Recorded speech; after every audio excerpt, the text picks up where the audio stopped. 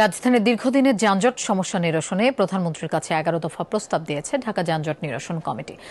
সকালে জাতীয় প্রেস ক্লাবে আয়োজিত এক সংবাদ সম্মেলনে এসব প্রস্তাব তুলে ধরেন যানজট নিরসন কমিটির সভাপতি ইসহাক দুলাল। প্রস্তাবগুলোর মধ্যে রয়েছে পুনরায় নগর পরিবহন সার্ভিস চালু করা এবং ঢাকা শহরে অবস্থিত সকল বাস স্ট্যান্ড অপসারণ। এছাড়াও খাল ও ফুটপাত সংস্কারের পাশাপাশি রাজধানীর চারপাশে ট্রেন লাইন বসানোর দাবিও জানানো হয়েছে। সংবাদ সম্মেলনে আরও বলা হয়, যানজটে অতিষ্ঠ নগরবাসীকে স্বস্তি দিতে ফুটপাত দখলমুক্ত করা এবং যত্রতত্র গড়ে ওঠা দূরপাল্লার বাস কাউন্টারগুলো বন্ধ করতে হবে। কমিটির মতে এসব প্রস্তাব বাস্তবায়ন করা হলে রাজধানীর যানজট অনেকটাই নিয়ন্ত্রণে আসবে।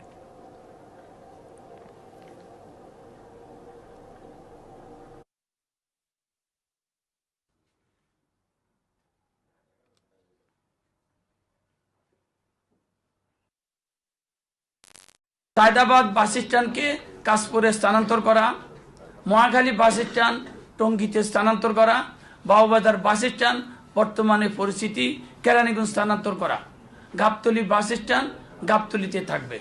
এছাড়া মতিঝিল, আরামবাগ, ফকিরাপুল, বাবুবাজার, সায়দাবাদ, মহাখালী ও অন্যান্য গুরুত্বপূর্ণ স্থান থেকে বাসগুলো উঠিয়ে দিলে তার যানজট নিরসনে গুরুত্বপূর্ণ ভূমিকা রাখবে।